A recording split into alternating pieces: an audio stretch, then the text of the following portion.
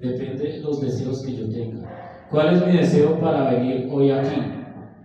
¿Qué deseo tengo yo de venir al culto? ¿Qué hay en mi corazón? Que Dios me hable, que Dios me perdone, que Dios me bendiga. Pueden haber muchas cosas que haya en mi corazón. Hay unas que son más importantes, otras que son menos importantes. Pero hoy vamos a hablar de algo que a mi concepto me parece que es lo más importante, que yo debiera pedirle a Dios, que a mí me parece que es lo más importante que yo debiera buscar, y que me parece que es lo más importante por lo que yo debiera tocar la puerta. Y el tema del cual vamos a tratar de hoy se llama Buscando la presencia de Dios. Buscando la presencia de Dios. Ahora, ¿cómo podemos definir la presencia de Dios? ¿Qué es la presencia de Dios? Muchas veces podemos asimilarlo o compararlo con que Dios está en todas partes o que Dios está en todo lugar, ¿sí? Y si Dios está en todas partes y si Dios está en todo lugar, ¿qué quiere decir eso? Que Él es omnipresente, ¿cierto? Porque Él lo puede ver todo. Él puede estar en lo más profundo y en lo más alto. Él está en todas partes. Pero cuando hablamos de la presencia de Dios, no nos referimos a eso. No nos referimos a la omnipresencia de Dios, de que Él todo lo puede ver. Sino cuando hablamos de la presencia de Dios, nos referimos a su manifestación, ya que Él no se manifiesta en todo lugar. Cuando Él hablaba con Moisés, Él le decía, sube al monte, y allí hablaba con Él. O sea, se manifestaba ahí, pero Él no se manifestaba a todo el pueblo, ni se manifestaba a las demás naciones que no eran judías. Él no se manifestaba ahí, aunque Él puede estar en todas partes, pero su presencia no se manifiesta en todo lugar. Ahora, en el Antiguo Testamento se puede traducir la palabra presencia como panim. La palabra es panim en el hebreo. Y esto se traduce como el rostro de Dios. Así que la presencia de Dios es algo similar a su rostro, a buscar su rostro. Y cuando hablamos de buscar su rostro, es buscar algo íntimo, es algo más íntimo, más profundo, que solamente esté en todas partes. ¿Y quiénes habitan en la presencia de Dios? ¿Qué personas pueden habitar en la presencia de Dios? La Biblia habla de los ángeles, que ellos constantemente están adorando a Dios y están delante de Él. Mateo 18:10.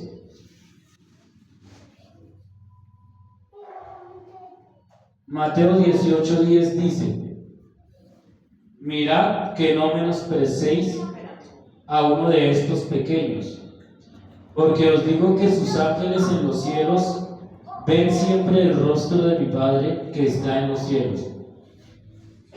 Entonces, ¿qué quiere decir que los ángeles ven el rostro del Padre? Que están en su presencia.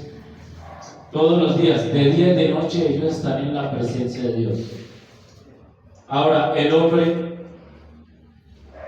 cuando todo era perfecto, cuando Dios creó a Adán y Eva, ellos habitaban en la presencia de Dios. Ellos tenían una constante intimidad con Dios, una constante relación con Él. Todo era perfecto. Ellos hablaban con Dios cara a cara, porque no había maldad. Pero ¿qué pasó? Llegó el pecado. En Génesis 3:8. ¿Qué pasó allí en el Edén? Pues Dios le había dado un mandato a Adán y Eva, ¿cierto? Y les dijo qué podían hacer y qué no podían hacer. y les colocó un límite del cual ellos no podían pasar, pero ellos hicieron una transgresión y faltaron a lo que Dios les había dicho.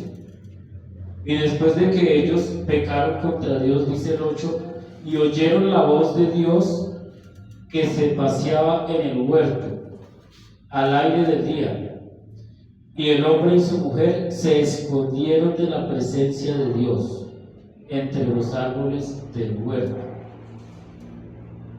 ¿Qué pasó ahí? Ellos habitaban en la presencia de Dios, pero por causa del pecado se escondieron. ¿Qué hace el pecado en nuestras vidas? Nos aleja inmediatamente de la presencia de Dios. O sea, yo no puedo vivir en la presencia de Dios viviendo en pecado, porque Dios es santo. Y aquí la primera característica que vimos es que el hombre se aleja de la presencia de Dios. Una persona que está en continuo pecado no puede agradar a Dios, no puede ir a orar, ir a alabarlo, porque el pecado no lo deja. Es como una pared que lo aleja de Dios, que lo aleja de su presencia. ¿Y por qué? Porque es que la presencia de Dios es algo tan santo, tan delicado, es algo tan profundo que cualquier cosa me puede a mí apartar de la presencia de Dios. Y vamos a ver un ejemplo de lo que pasó con el pueblo de Israel. Éxodo 33. Este es un texto muy conocido y muy leído. Éxodo 33. Éxodo 33 desde el verso 1.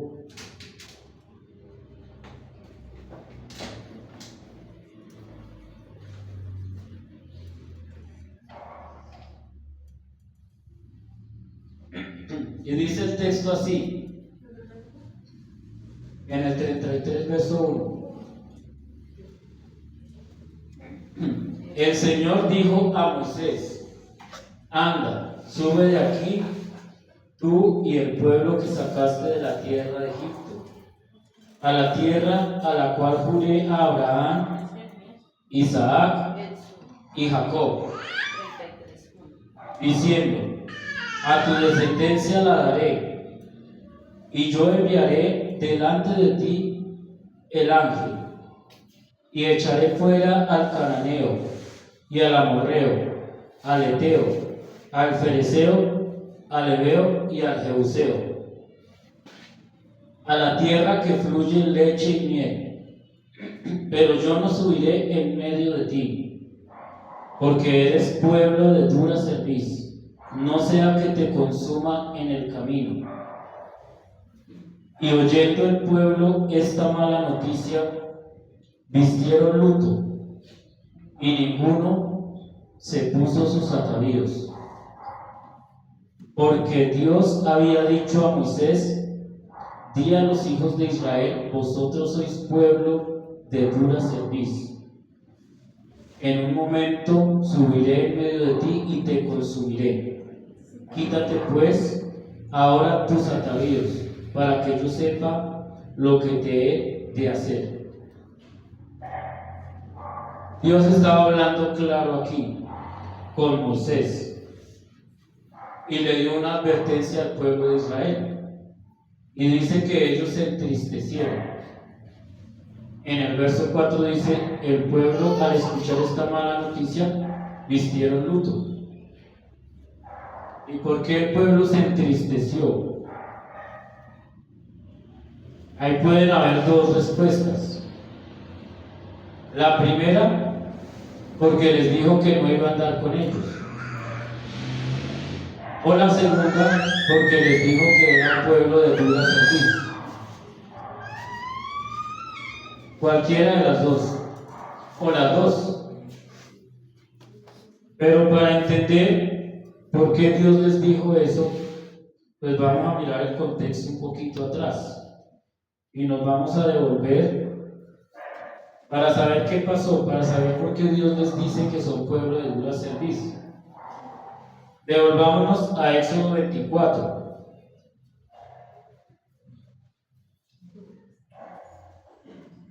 Éxodo 24 desde el verso 1.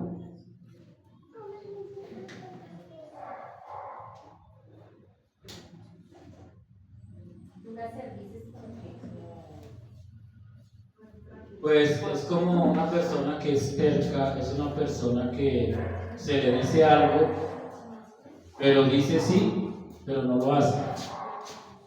Una persona que conoce lo que debe hacer, pero hace lo contrario. No es alguien que no sabe qué hacer. Por ejemplo, un incrédulo no puede ser de dura servicio porque Dios no le ha dicho qué tiene que hacer. Pero el que de dura servicio es que Dios le dice, y le dice, y le dice, y dice sí, pero no lo hace. Es de dura servicio. Tiene el corazón duro. O sea, no son siervos de Dios realmente. Entonces más atrás vamos a ver qué pasó. Dice, Dios dijo a Moisés, sube ante Jehová tú y Aarón. ¿Quién era Aarón? El hermano de Moisés. Nadab, Abiú y 70 ancianos de Israel. Y os inclinaréis desde lejos. Pero Moisés solo se acercará a Jehová, y ellos no se acerquen, ni suba el pueblo con él. Dios mandó que subiera, ¿cierto? Hay un grupo de personas aquí, pero solamente Moisés va a estar cerca. Y Moisés vino y contó al pueblo todas las palabras de Jehová y todas las leyes. Y todo el pueblo respondió a una voz y dijo, haremos todas las palabras que Jehová ha dicho. Entonces ya que el pueblo estaba afirmando algo y se están comprometiendo con Dios, como cuando yo leo acá y digo yo voy a hacer esto, ya estoy adquiriendo un compromiso. Y más adelante vuelven a decir lo mismo. Miremos en el verso 7. En el versículo 7.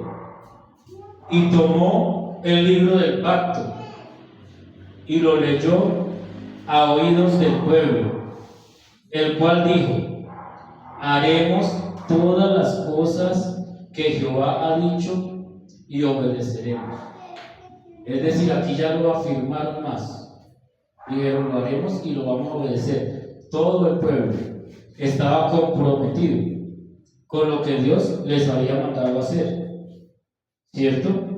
Entonces Moisés tomó la sangre y la roció sobre el pueblo y dijo, he aquí la sangre del pacto que Jehová ha hecho con vosotros sobre todas las cosas. Incluso hicieron un pacto con sangre. Ya no había más compromiso ahí, mejor dicho, ya estaba como yo jurarle a Dios, voy a hacer esto. Es algo serio lo que ellos hicieron acá. Pero vamos a mirar qué sigue pasando.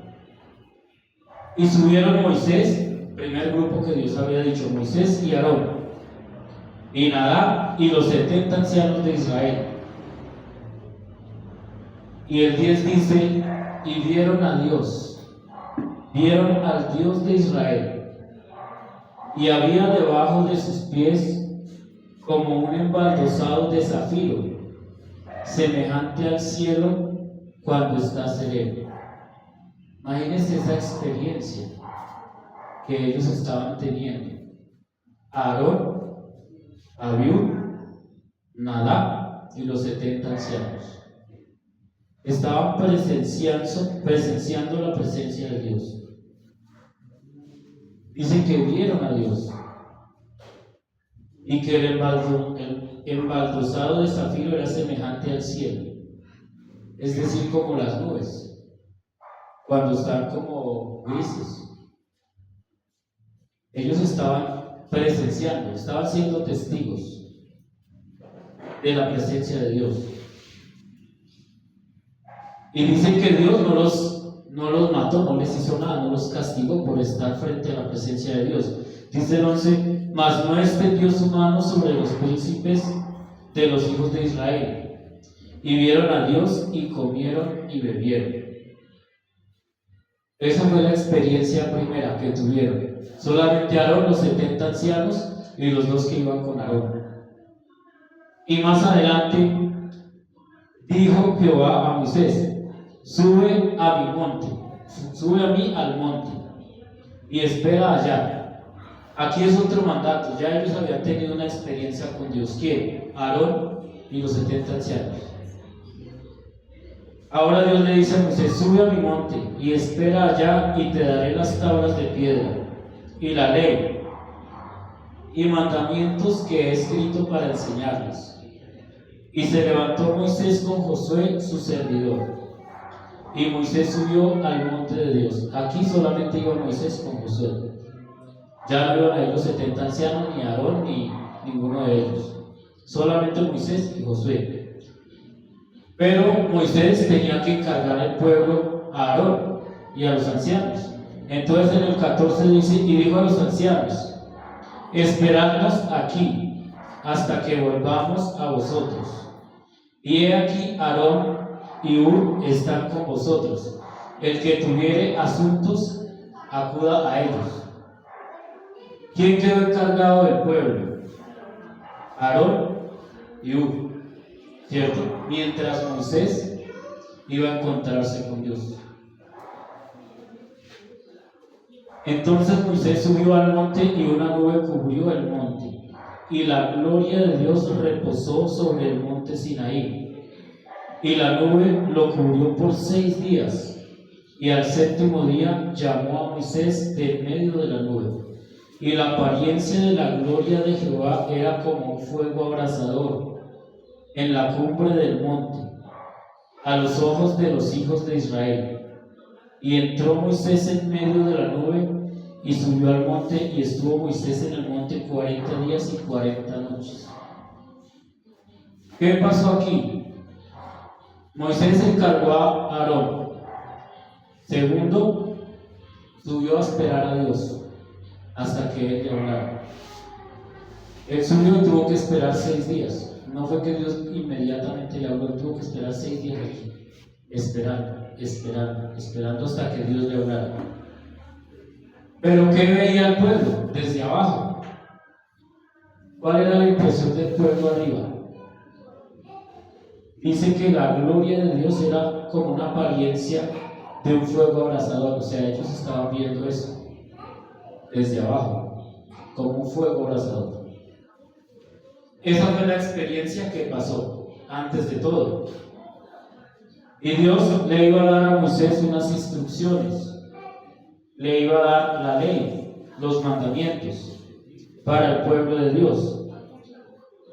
Y en Éxodo 25, en el verso 21,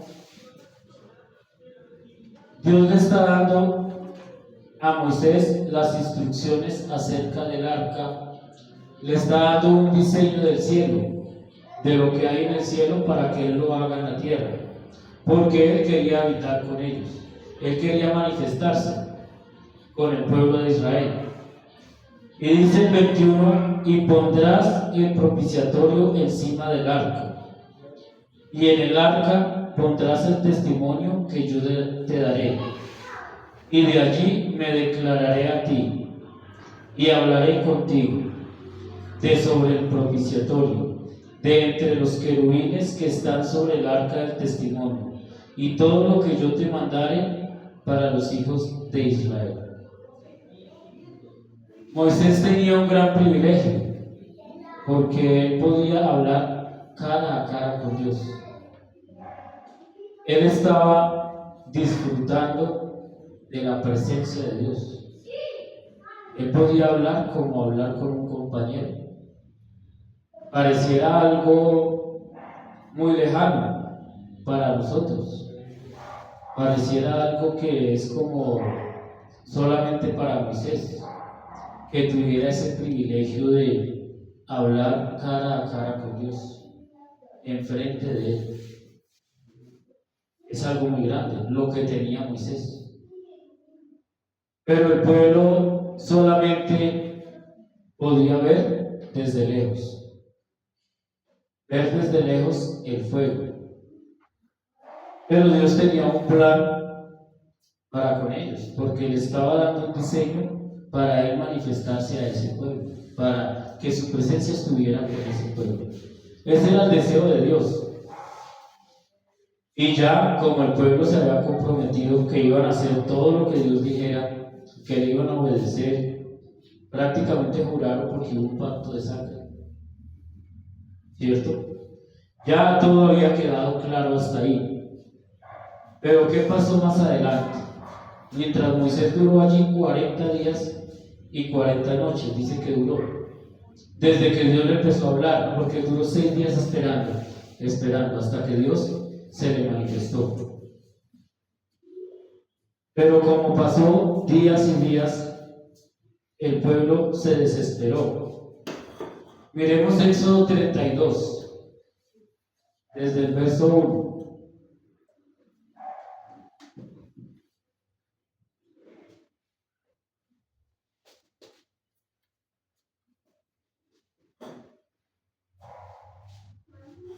Viendo el pueblo que Moisés tardaba en descender del monte, se acercaron entonces a Aarón y le dijeron: levántate, haznos dioses que vayan delante de nosotros, porque a este Moisés, el varón que nos sacó de la tierra de Egipto, no sabemos qué le haya acontecido. ¿Por qué el pueblo hace eso? ¿Cuál es la razón? Si ellos ya habían jurado y se habían comprometido que le iban a obedecer a Dios en todo. Pero dice que acá, viendo que Moisés no llegaba, entraron en rebeldía. ¿Y qué le dijeron a Aarón?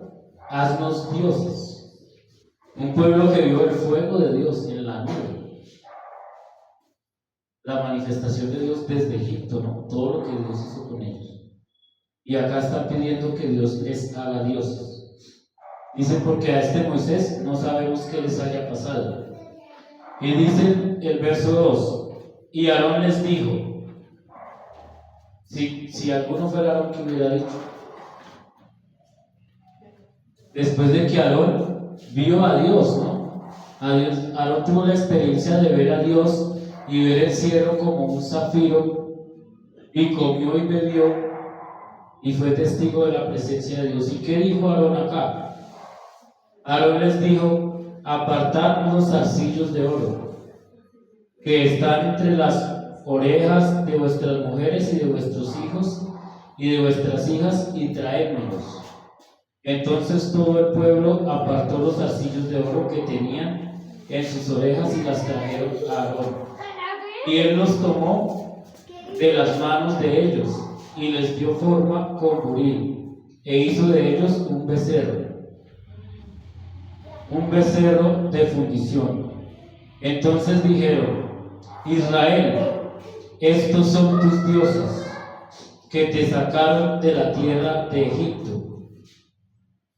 Y viendo esto, Aarón edificó un altar delante del becerro, y pregonó a Aarón y dijo: mañana será fiesta para Jehová. Y al día siguiente madrugaron y ofrecieron holocaustos y presentaron ofrendas de paz, y se sentó el pueblo a comer y a beber, y se levantó a regocijarse. Y uno se pone a pensar: ¿por qué? ¿Por qué el pueblo hizo todo eso? Esa prevaricación, esa rebeldía, pisoteando la palabra y pisoteando el pacto que Dios había hecho con ellos.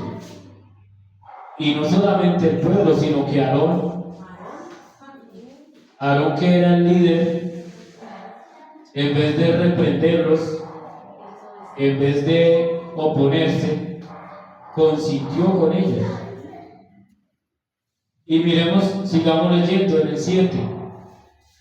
Entonces Jehová dijo a Moisés: anda, desciende, porque tu pueblo que sacaste de la tierra de Egipto se ha corrompido. Pronto se han apartado del camino que yo les mandé.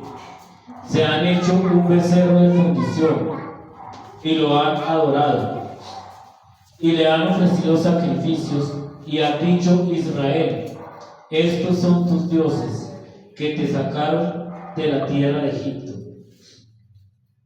Y siguió hablando Dios. Dijo más Jehová a Moisés: yo he visto a este pueblo, que por cierto es pueblo de dura servicio. Aquí está hablando por qué son de dura servicio.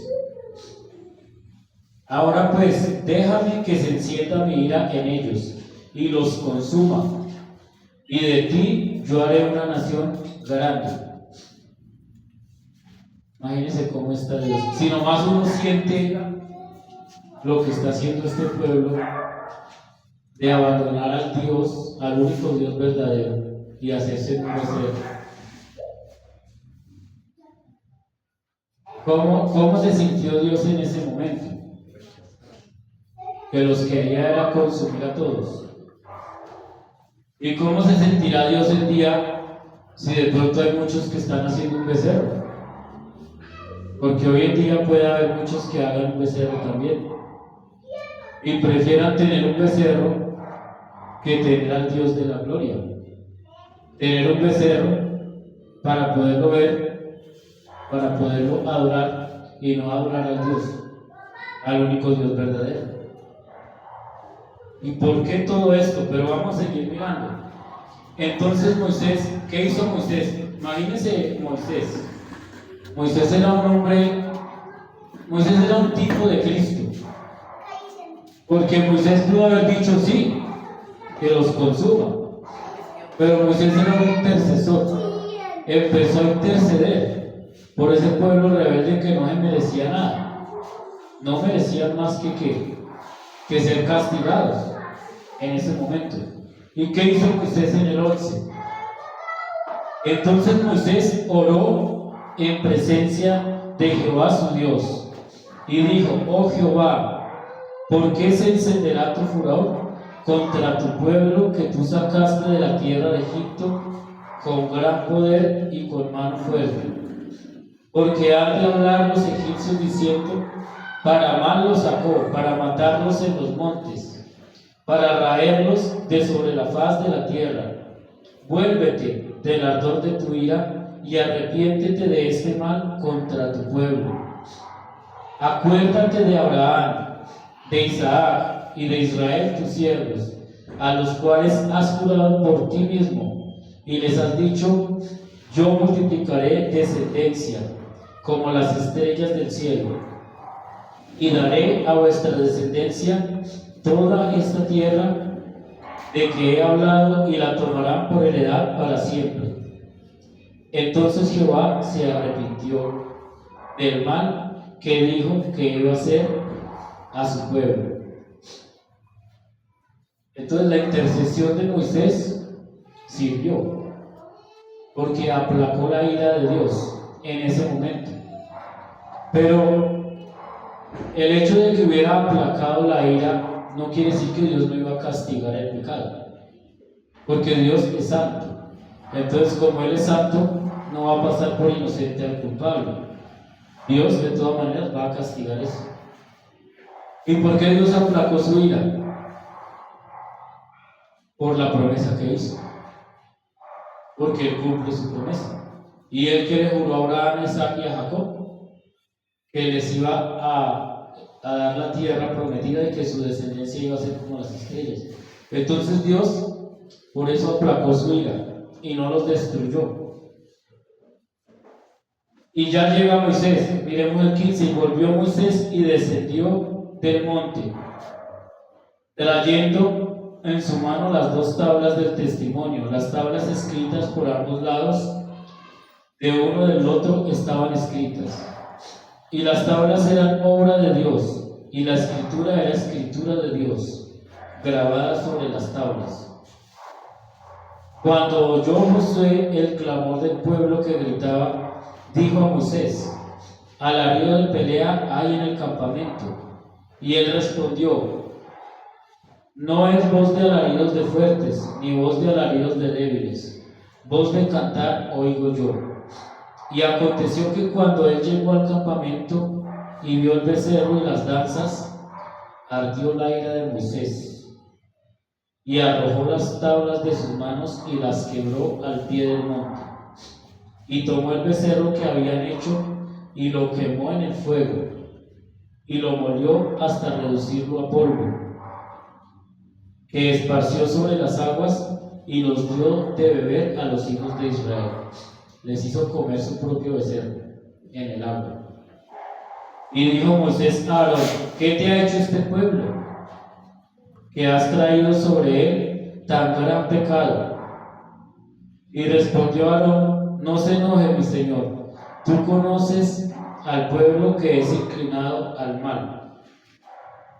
Porque me dijeron: haznos dioses que vayan delante de nosotros, porque este Moisés, varón que nos sacó de la tierra de Egipto, no sabemos qué le haya acontecido. Y yo les respondí que hicieran el becerro.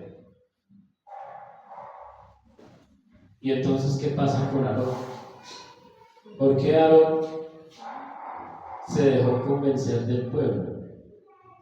Ahí hay un problema en Aarón. Pues hay un problema en el pueblo, pero hay un problema grande en Aarón, porque Aarón era sacerdote de Dios. ¿Y por qué él consintió en eso? Habiendo visto la presencia de Dios. Y el 25, y viendo Moisés que el pueblo estaba desenfrenado porque Aarón lo había permitido para vergüenza entre sus enemigos. Y se puso Moisés a la puerta del campamento y dijo: ¿quién está por Jehová? Júntese conmigo. Y se levantaron todos los hijos de Leví. Y él les dijo: así ha dicho Jehová, Dios de Israel: poner a cada uno su espada sobre su muslo, y pasar y volver de puerta a puerta por el campamento, y matar cada uno a su hermano, y a su amigo, y a su pariente. Y los hijos de Leví lo hicieron conforme al dicho de Moisés. Y cayeron del pueblo en aquel día como 3,000 hombres. Ahí va el primer castigo. Los mismos hijos de Leví tenían que matar a sus propios parientes, a sus amigos, a sus hermanos. Mejor dicho, iba a haber una matanza. O sea que Dios estaba castigando. No era que ellos hicieron eso y como Moisés habló no pasó nada. Dios los iba a castigar. Entonces Moisés dijo: hoy habéis consagrado a Jehová, porque cada uno se ha consagrado en su hijo y en su hermano, para que él dé bendición hoy sobre vosotros. Y aconteció al siguiente día que dijo Moisés al pueblo: vosotros habéis cometido un gran pecado, pero yo subiré ahora a Jehová, quizás le aplacaré acerca de vuestro pecado. Y Moisés iba a seguir intercediendo por ellos. Y en el 31 dice: entonces volvió Moisés a Jehová y dijo: te ruego pues que este pueblo ha cometido un gran pecado, porque se hicieron dioses de oro, que perdones ahora su pecado, y si no, ráeme ahora de tu libro que has escrito. Imagínense lo que le importaba a Moisés ese pueblo. Es un tipo de Cristo, ¿no? Porque él prefería dar su vida con tal de que Dios no los castigara, con tal de que Dios los perdonara. Y Moisés le dice que lo borre del libro. ¿Y qué le dice Dios a Moisés? Y Jehová respondió a Moisés: al que pecare contra mí, a este raeré yo de mi libro. Ven pues ahora, lleva a este pueblo a donde te he dicho. He aquí mi ángel irá delante de ti, pero en el día del castigo yo castigaré en ellos su pecado. Y Jehová hirió al pueblo porque habían hecho el becerro que formó a Aarón. ¿Qué podemos entender aquí? Vemos que el pueblo primero había hecho un compromiso con Dios y prácticamente juraron que iban a obedecer en todo. Vemos que Aarón fue testigo de la presencia de Dios. Dice que vio a Dios y comió y se regocijó. Pero pareciera que eso no pasó nada con eso. Que aunque hubieran visto a Dios, que aunque el pueblo hubiera visto el fuego, eso no importó. ¿Por qué no importó? Porque el pueblo no amaba la presencia de Dios. El pueblo no quería la presencia de Dios. El pueblo quería era ir a la tierra prometida. El pueblo quería era que Dios los sacara de Egipto. Pero en su corazón no estaba Dios. Y como en su corazón no estaba Dios, por eso pecaron contra él. Es lo mismo que Aarón. Aarón no amaba la presencia de Dios. Despreció la presencia de Dios. Porque consintió en el pecado de Israel. Él le pasó lo que le pasó a Saúl. Él prefirió quedar bien con el pueblo que quedar bien con Dios. Él prefirió que el pueblo estuviera de parte de él, pero no Dios. Entonces él no estaba pensando en la aprobación de Dios, sino en la aprobación de los hombres. Y por eso el mismo Aarón, que era más culpable, por culpa prácticamente de Aarón, pasó todo eso. Y entonces aquí donde venía la pregunta, ¿por qué el pueblo se entristeció? En Éxodo 33. Volvamos a Éxodo 33. ¿Por qué el pueblo vistió de luto? ¿Será porque le dijo que no iba a andar con ellos? Yo no creo. Es porque les dijo que era un pueblo de dura cerviz. Porque ellos menospreciaron la presencia de Dios. No era importante. Y cuando la presencia de Dios no es importante en mi vida o en la vida de un creyente, pues no me va a importar perderla. O puede ser que no la tenga. Simplemente esté lejos Dios de mí. Puedo venir aquí, puedo escuchar una enseñanza, puedo escuchar una canción, pero en mi corazón hay una sequía. Es como si estuviera muerto. Miremos en el verso 5 de Éxodo 33. Dice que el pueblo se entristeció porque Jehová había dicho a Moisés: di a los hijos de Israel, vosotros sois pueblo de dura cerviz, y en un momento subiré en medio de ti y te consumiré. Quítate pues ahora tus atavíos, para que yo sepa lo que te he de hacer. ¿Qué es quitarse los atavíos? Espiritualmente hablando, ¿qué puede ser quitarse los atavíos? Es quitarse todo lo que me impida acercarme a Dios. Es despojarme de todo lo que me aparte de su presencia. Exacto, es despojarme de toda atadura, de cualquier cosa que, aunque no sea mala, puede ser que no sea mala, pero es como un impedimento para que yo me acerque a Dios. ¿Qué puede ser impedimento para nosotros? Para que busquemos a Dios de verdad. El mundo, las redes, las distracciones, las riquezas, tantas cosas que pueden enfocar mi corazón a que yo dedique más tiempo a esas cosas que a buscar a Dios. Y dice en el 7: y Moisés tomó el tabernáculo. El tabernáculo es como una tienda, ¿no? como una carpa. Es un tabernáculo, como una tienda. ¿Y qué había en ese tabernáculo? Pues el arca de Dios y el propiciatorio. que era donde Dios se manifestaba, donde estaba la presencia de Dios. ¿Y qué había en esa arca, en ese tabernáculo? Era de madera, pero era cubierta de oro puro. Y había dos querubines mirando uno de frente. Y en esa arca estaba la vara de Aarón, que reverdecía. Y estaba el maná. El maná era el pan del cielo que Dios les había dado. ¿Y qué pasaba con el maná? Pues el maná fuera de ahí se podría.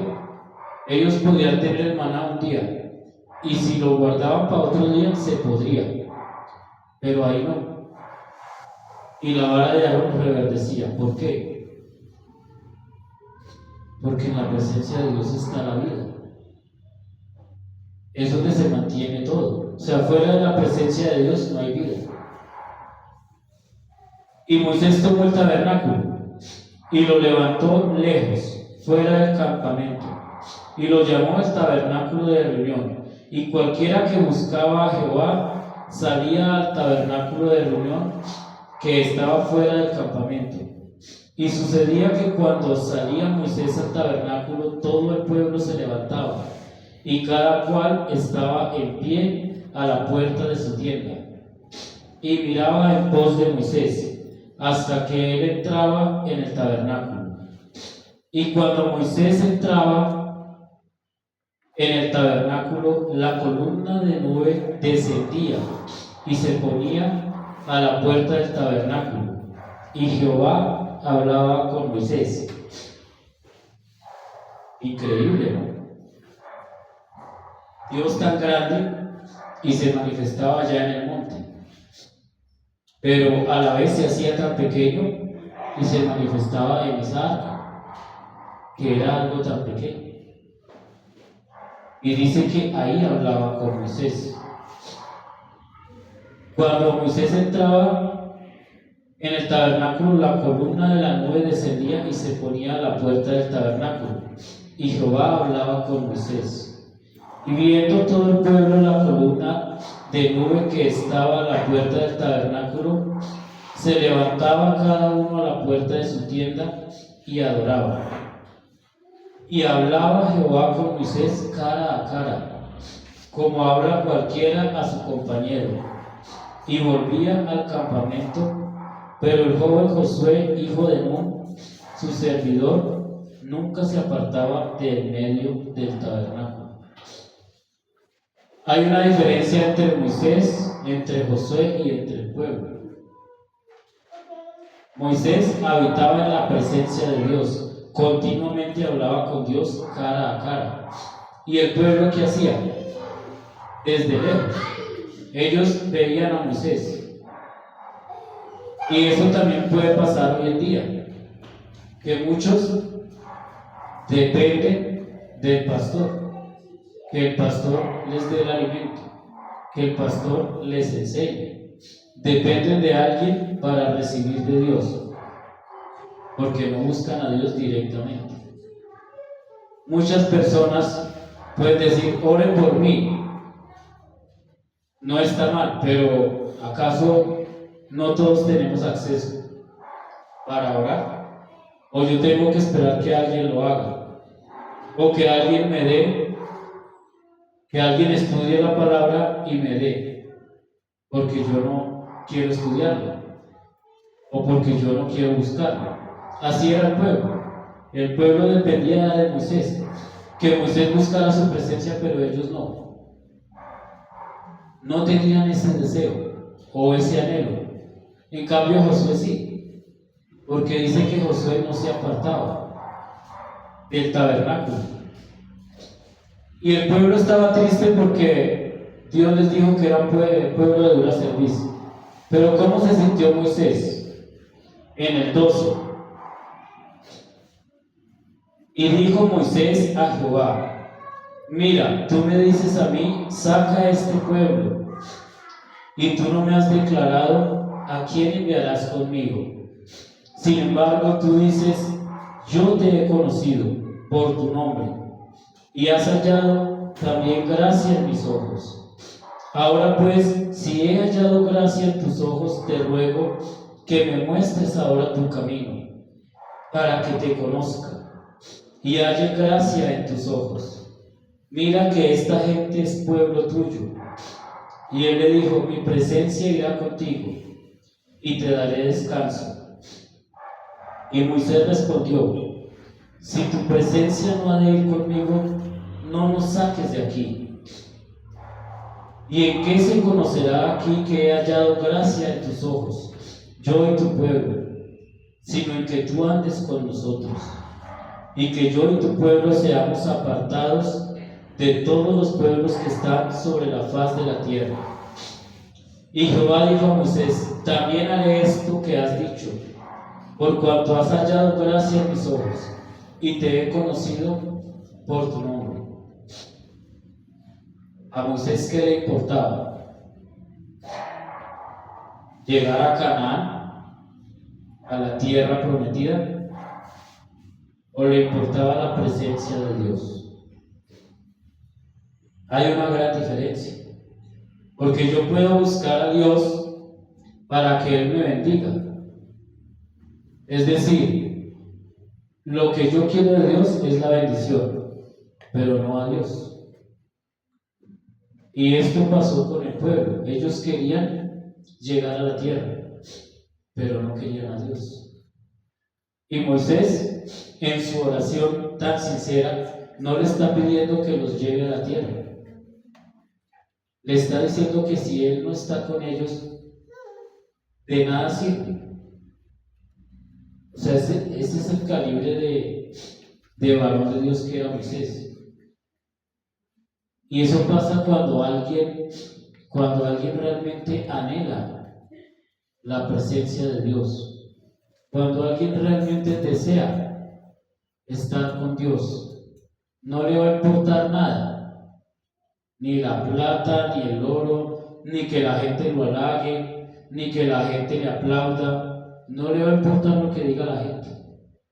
No le va a importar buscar a Dios por las bendiciones.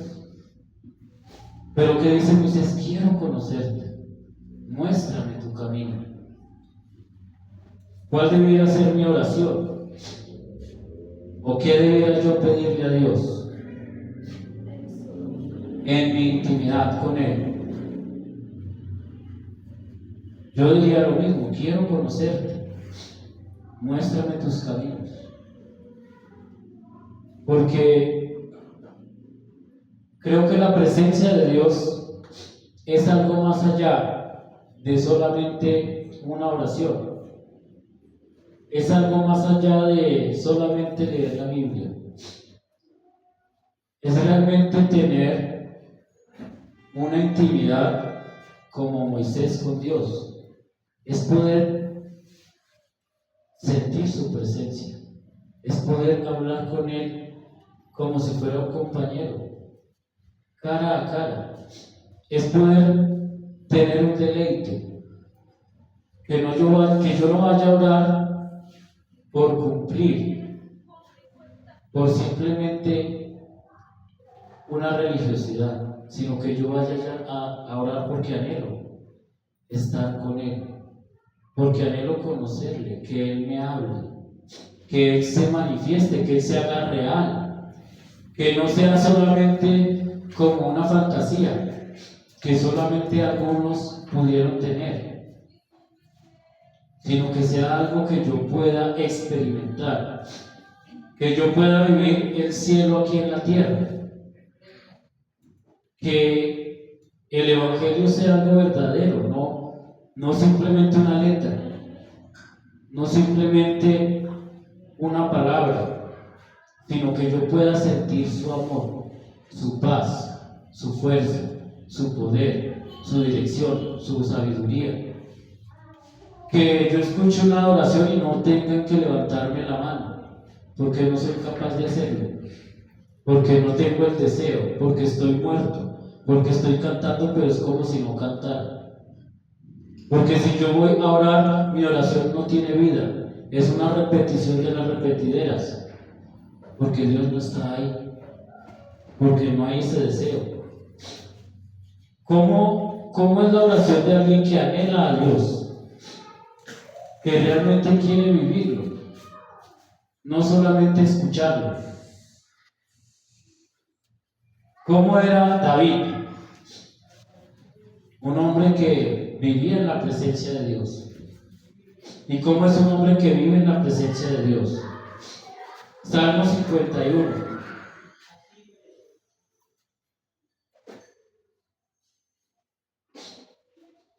Ahora, no quiere decir que el cristiano no se pueda equivocar. Sí puede equivocarse, pero le duele. ¿Y qué dijo David aquí en el Salmo 51? En el verso 10.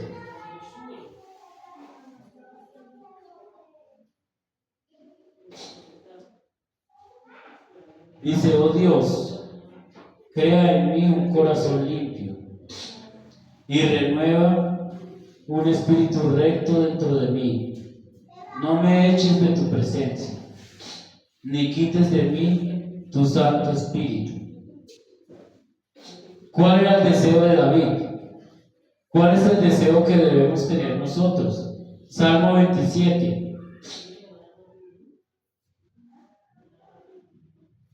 Salmo 27, en el verso 4.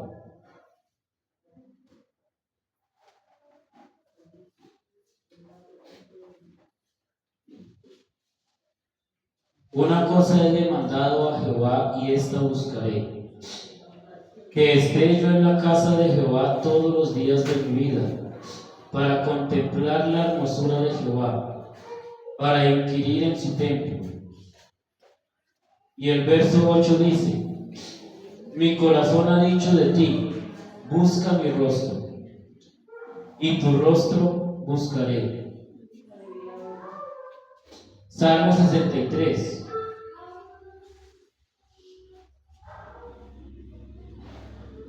Verso 1. Dios, Dios mío eres tú, de madrugada te buscaré. Mi alma tiene sed de ti, mi carne te anhela. Isaías 26.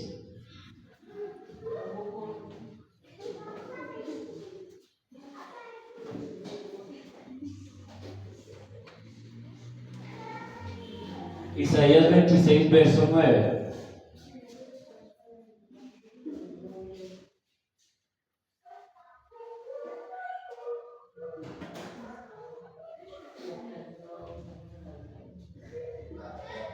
Dice: con mi alma te he deseado en la noche, y en tanto que me dure el espíritu dentro de mí, madrugaré a buscarte.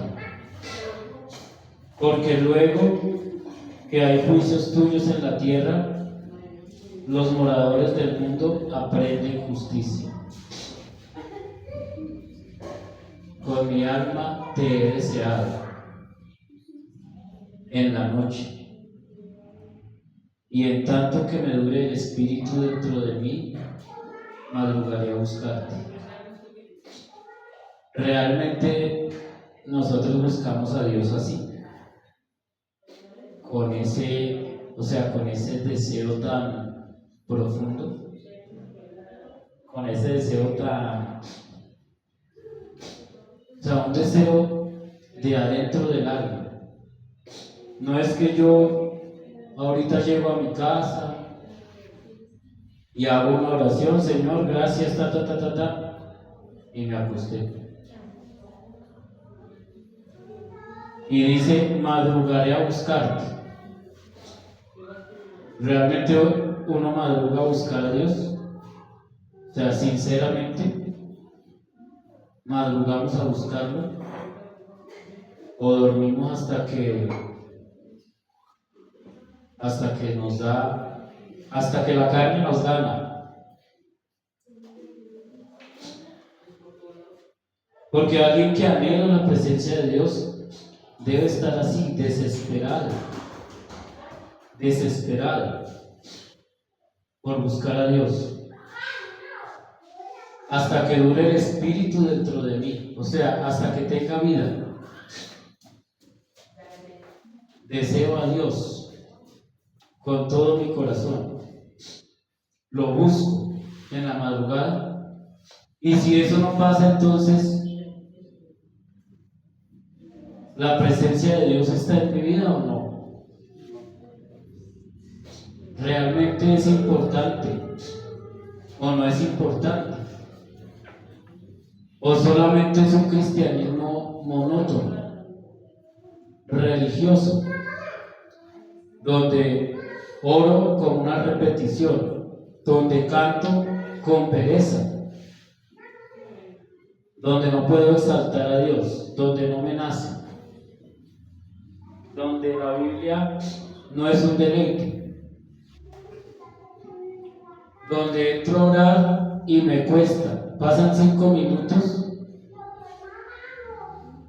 y ya no hay nada que decir, pasan 5 minutos y ya estoy con sueño, pasan 5 minutos y ya estoy aburrido. ¿Por qué pasa eso? Porque la presencia de Dios no está. No está. Esa es la verdad, la realidad. Porque si la presencia de Dios está en mi vida, pues yo voy a deleitarme, así como Moisés. Va a ser un gozo. En su presencia hay plenitud de gozo. En su presencia hay deleite. En su presencia hay vida. En su presencia hay todo. Puede ser que alguien haya disfrutado de la presencia de Dios y ya no la tenga. O puede ser que nunca la haya tenido y no le importe. Puede ser que para personas no sea importante la presencia de Dios. Solamente Dios está, pero como en el pueblo de Israel, de lejos. No está conmigo. No es real. No está el deseo en mi corazón. Y entonces podemos conformarnos con decir que el Espíritu del Señor está en mí. Pero si está apagado, si no hay vida, entonces eso no tendría sentido. Sería un evangelio aburrido, muerto, porque tengo energía para todas las cosas, menos para buscarlo a Él. Incluso puedo ir a la obra, y no es malo ir a la obra. Pero así como yo soy apasionado por ir a la obra, ¿por qué no soy apasionado por estar con Él? Por esperarlo, por sentir su presencia, por querer que Él me hable, que sea real, que pueda escuchar su voz. ¿Por qué no? Porque podemos estar muertos, lejos de un verdadero cristianismo, lejos de la vida, lejos realmente de lo que importa. Si en mi oración, cuando yo le pido a Dios, están todas las cosas de Dios, pero no está Dios, y yo le pido que me dé esto, que me dé aquello, que bendice a este, que bendice a fulano, y no le pido que quiero estar con Él, que quiero contemplar su hermosura, que quiero que Él se revele. Entonces, si Él no está ahí, el resto no sirve. Así como Moisés dijo, si tú no estás, ¿para qué nos sacas de acá? Nada de eso importa. Vamos a orar. Bendito sea el nombre del Señor, Padre. Te damos gracias.